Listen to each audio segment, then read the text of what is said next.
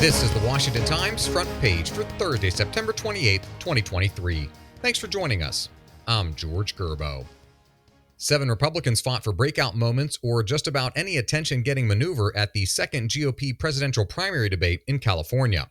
Susan Ferricchio reports Florida Governor Ron DeSantis, now battling to hold on to his second-place position in the polls, took a swing at Donald Trump, calling out his absence from the stage as the group debated economic proposals.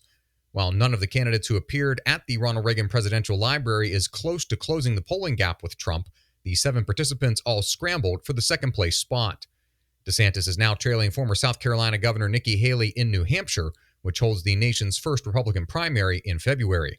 Haley is also leading DeSantis in South Carolina, which votes third in the primary season. The Biden administration has sharply reduced oil stocks in the National Strategic Petroleum Reserve to the lowest levels in decades. Bill Gertz reports U.S. government oil in the reserve decreased by nearly half after the administration adopted a plan to curb soaring domestic gas prices. Energy Secretary Jennifer Granholm said recently that the administration has no plans to replenish the reserve anytime soon. The federally owned reserve includes 4 huge underground salt caverns along the Gulf of Mexico and can hold up to 714 million barrels of oil. Mayor Muriel Bowser is lamenting a bad year for Washington, D.C., as the nation's capital surged past 200 homicides in 2023, hitting the milestone at the fastest pace in more than 25 years. Matt Delaney reports the Metropolitan Police Department said 2 shootings within an hour on Tuesday, a teen gunned down in Northwest, and a man caught in the crossfire of a shooting in Southeast, became the latest homicides of 2023.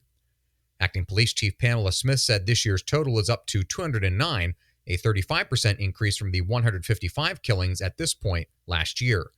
It's the fastest the district has reached 200 homicides since 1997, when the city recorded 303. One potential way to combat those crimes is hotspot policing, putting cops where shootings, thefts, and drug deals are happening. Today's hotspot tactics aren't just about flooding troubled neighborhoods with officers and patrols. Departments are taking enforcement directly to what they see as sources of violence, such as neighborhood hangouts or specific troublemakers. D.C. police are using a hotspot strategy to reduce the number of robberies and carjackings. Smith said in August that the department was conducting a robbery suppression initiative in areas with higher rates of armed holdups and car thefts. The National Park Service has signed an agreement to lease a park in Brooklyn to hold a tent city housing up to 7,500 adult male migrants coming to New York City. Stephen Dinan reports government officials have indicated they will not go through the environmental process required by the National Environmental Policy Act while erecting the camp at Fort Bennett Field, part of the Gateway National Recreation Area.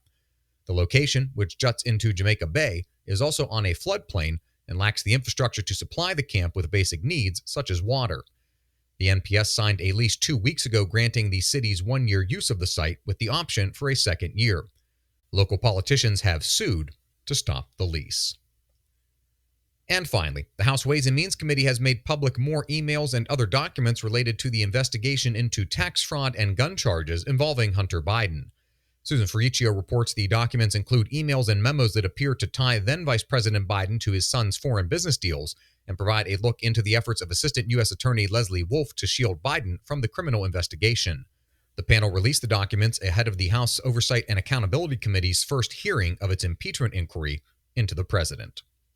Find all of today's front page stories at WashingtonTimes.com/front page or on the Washington Times app, and find us wherever you get your podcasts. Just search Washington Times in your favorite podcast app.